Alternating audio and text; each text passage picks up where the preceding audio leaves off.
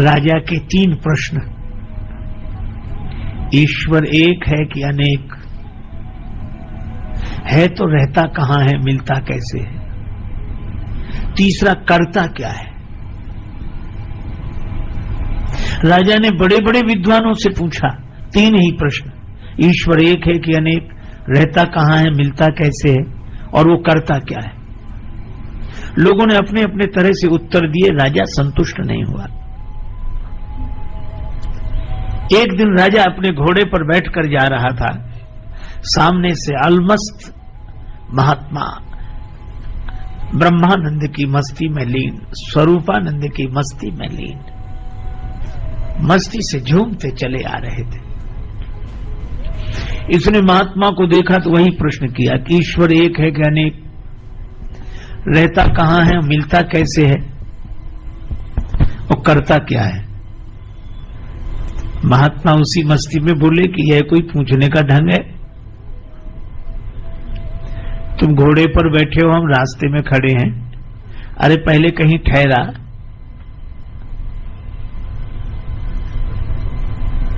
मैं विश्राम करूं, मेरे खाने पीने की व्यवस्था कर, फिर श्रद्धा पूर्वक पूछना। श्रद्धावान लभते ज्ञानम। यह तो उद्दंड का ढंग है, श्रद्धालु का नहीं। राजा समझ गया कि ये महात्मा वैसे नहीं है। हाथ जोड़कर बगीचे में ले गया। बगीचे में एकांत में कुटिया थी, सारी व्यवस्था थी। महात्मा जी को ठहरा दिया, सब व्यवस्था हो गई। 2 दिन बाद राजा गया कि महाराज अब मेरे प्रश्नों का उत्तर। महात्मा बोले अकेले में सुनना चाहते हो कि सबके बीच में? राजा ने कहा कि सबके बीच में हो तो और अच्छा, सब समझ लेंगे। महात्मा बोले तो सबको इकट्ठा करो। महाराज तो ये आज 1-2 दिन में तो सब इकट्ठे नहीं हो पाएंगे, हम सूचना करेंगे और तब धीरे धीरे धीरे सब लोग इकट्ठे होंगे। महात्मा ने कहा तो हमें भी कोई जल्दी नहीं है, आराम से इकट्ठा कर लो सबको, और जब सब इकट्ठे हो जाएंगे तभी हम उत्तर देंगे। लेकिन हमारे पास अब मत आना, जब जिस दिन लोग इकट्ठे हों उसी दिन आना, और हम आराम से रहेंगे। राजा चला गया। 1 महीने बाद की तिथि निश्चित हुई। उस दिन दरबार में सभी लोग एकत्रित होंगे, महात्मा प्रश्नों का उत्तर देंगे। राजा ने आना बंद कर दिया। महात्मा अपना बगीचे में भगवान का ध्यान करें, पूजा पाठ करें, मस्ती से आत्मचिंतन करें, आनंद से रहें। शाम को घूमने जाते। खेत पर एक किसान काम करता, सवेरे मिल जाता, शाम को मिल जाता। महात्मा ने उससे मित्रता कर ली और किसान से कहा कि कभी हमें काम पड़े तो हमारा कहना मानोगे? जो आज्ञा महाराज। अब 3 दिन बचे उस तिथि में। महात्मा ने किसान से कहा कि हमें जरूरी काम अब आ गया है, कल तक बता देंगे? महाराज बताओ। बता देंगे। अब जब 2 दिन बचे तो महात्मा ने कहा कि अब बताएं? हाँ। अच्छा कल बताएंगे। अच्छा ठीक है।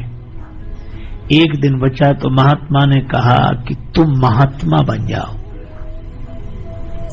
अरे बोले महाराज हमारा परिवार घर बार, हम ऐसे कैसे? महात्मा बोले वैसे नहीं, महात्मा होने के लिए नहीं कह रहे हैं, महात्मा बनने के लिए कह रहे हैं। सचमुच होना तो कठिन है, साधु होना कठिन है। चढ़ना पेड़ खजूर, चढ़े तो चाखे प्रेम रस, गिरे तो चकना चूर। होना कठिन है, पर बनने में क्या कठिनाई? तो बोला महाराज, महात्मा बोले 1 दिन के लिए बन जाओ। ठीक है महाराज, सिर मुड़ा लेते हैं, आपकी तरह कपड़ा पहन लेते हैं। और महात्मा बोले एक शर्त और। क्या? अपना लिबास हमें दे दो। हम किसान बने तो महात्मा बनो। अच्छा महाराज, यही भी। अब महात्मा बन गए किसान, बड़ी बड़ी दाढ़ी बाल और किसान के कपड़े पहने, महात्मा के सामने हाथ जोड़े और किसान बन गया महात्मा। महात्मा बोले डरना नहीं, राजा के सामने चलना है।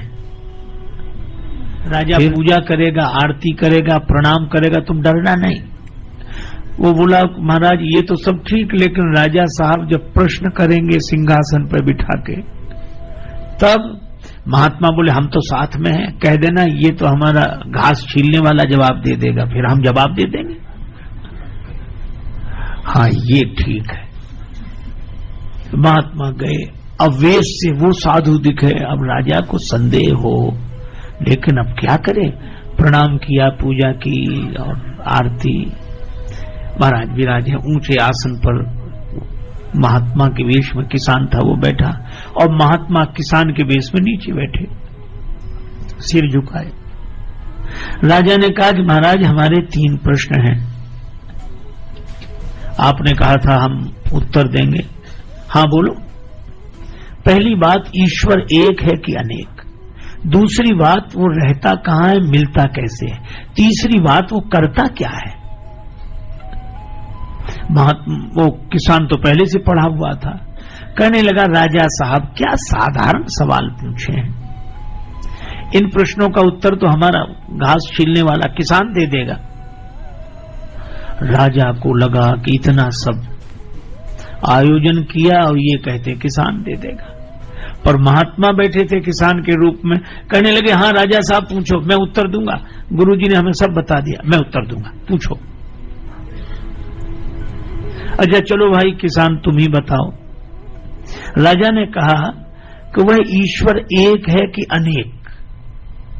किसान ने कहा कि राजा साहब मैं बिना पढ़ा लिखा किसान, और आप पढ़ाई लिखाई के सवाल पूछते हो, कोई एक है कि अनेक है, तो फिर निर्णय कैसे हो? एक काम करो राजा साहब, आप कुछ मणियां मंगा लो, ठीक है, गिनना आप, फैसला हम करेंगे। राजा बोला ये ठीक है। एक थाल में मणियां आ गई, अब राजा ने गिनना शुरू किया, एक मणि उठाई, और एक मणि उठाकर राजा बोला 1। किसान ने कहा बिल्कुल ठीक, रख दो, रख दी। अब दूसरी मणि उठाई, राजा बोला 2। किसान के रूप में महात्मा थे, वो बोले झूठ बोलते हो, देखो हाथ में 2 है कि 1? कहे तो 1, बोले फिर 2 क्यों कहते हो? महाराज लिखा है ऐसा। अरे लिखा है पर देख देख कर, दिखने में 1 है कि नहीं? अच्छा वैसे 1 है, बोले हाँ है तो 1 ही, बोले फिर 2 क्यों बोलते हो? अब उसने कहा गिनती मुश्किल हो जाएगी। तीसरी मणि उठाई, 3। महात्मा बोले फिर झूठ बोले, 3 नहीं है 1 ही है, 2 नहीं है 1 ही है, 4, 5, 6, 7 नहीं है 1 ही है, 1 के बाद भी 1 ही है।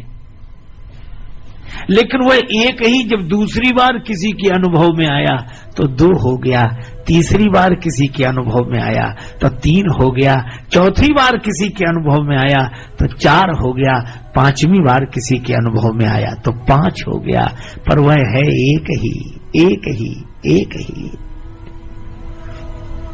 राजा सोचे कि बात तो ठीक कह रहे हैं और दिखाई भी 1 ही दे रही है, हम चाहे 2 कहें चाहे 3 कहें, है तो 1 ही।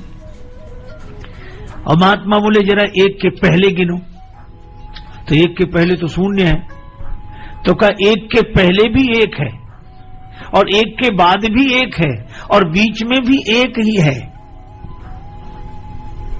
इसी तरह परमात्मा 1 ही है, पर दूसरी बार किसी को मिला तो 2 हो गया, तीसरी बार किसी को मिला तो 3 हो गया, चौथी बार किसी को मिला तो 4, 5वीं बार किसी को मिला तो 5।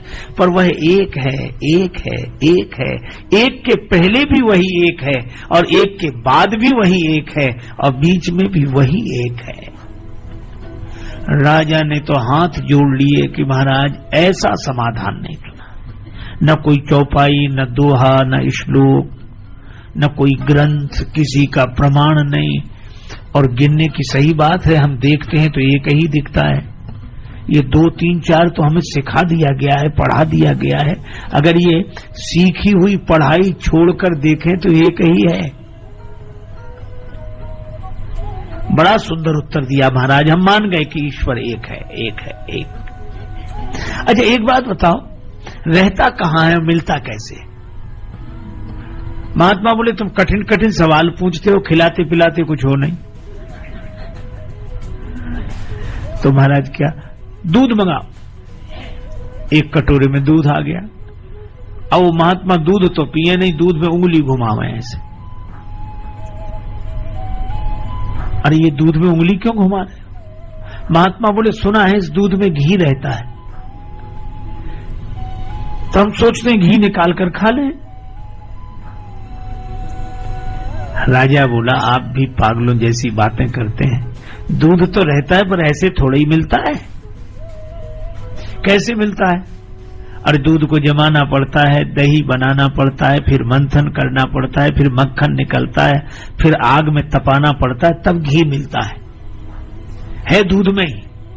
पर बातों से नहीं मिलता है, उसकी विधि है, उसका पालन करने से मिलता है। महात्मा ने कटोरा रख दिया। दूध पी लो का दूध नहीं पीना, तुम्हारे प्रश्न का उत्तर देना था। तुम कहते हो रहता कहां है और मिलता कैसे है? जैसे दूध में घी रहता है, इसी तरह परमात्मा तुम्ही में समाया हुआ है, तुम्ही में समाया हुआ है, लेकिन वह बातों से नहीं मिलता, उसकी विधि है। पहले निष्ठा जमानी पड़ती है, फिर विचार की मथानी से उसे मथना पड़ता है, तब वैराग्य का मक्खन निकलता है, फिर तपस्या की अग्नि में तपाते हैं, तब घी प्रकट होता है। वह इसी तरह वह परमात्मा तुम्हारे भीतर से ही प्रकट हो जाएगा, पर उसकी विधि है। राजा बोला कमाल का, ऐसा उत्तर नहीं सुना। अच्छा एक अंतिम सवाल, करता क्या है? महात्मा बोले कि अब एक बात बताओ, तुम सवाल पूछ रहे हो, मैं उत्तर दे रहा हूं, तो तुम हमारे गुरु हो कि हम तुम्हारे गुरु? राजा बोला गुरु तो आप ही हो। महात्मा बोले फिर ये कोई ढंग है कि तुम सिंहासन पर राजा बने बैठे रहो, हम नीचे बैठे रहे? फिर उतरो नीचे। राजा नीचे उतरा और किसान के रूप में महात्मा सिंहासन पर जाकर बैठ गए। अब राजा नीचे बैठा, कुछ उत्तर पाने के लिए महात्मा बोले ही नहीं, तो कहा कि महाराज आपने उत्तर नहीं दिया। किसान बोला यही करता है, राजा को किसान की जगह बिठा देता है, किसान को राजा की जगह बिठा देता है, बड़ों को छोटा बना देना, छोटे को बड़ा बना देना, यही उसका काम है, रोज यही करता रहता है।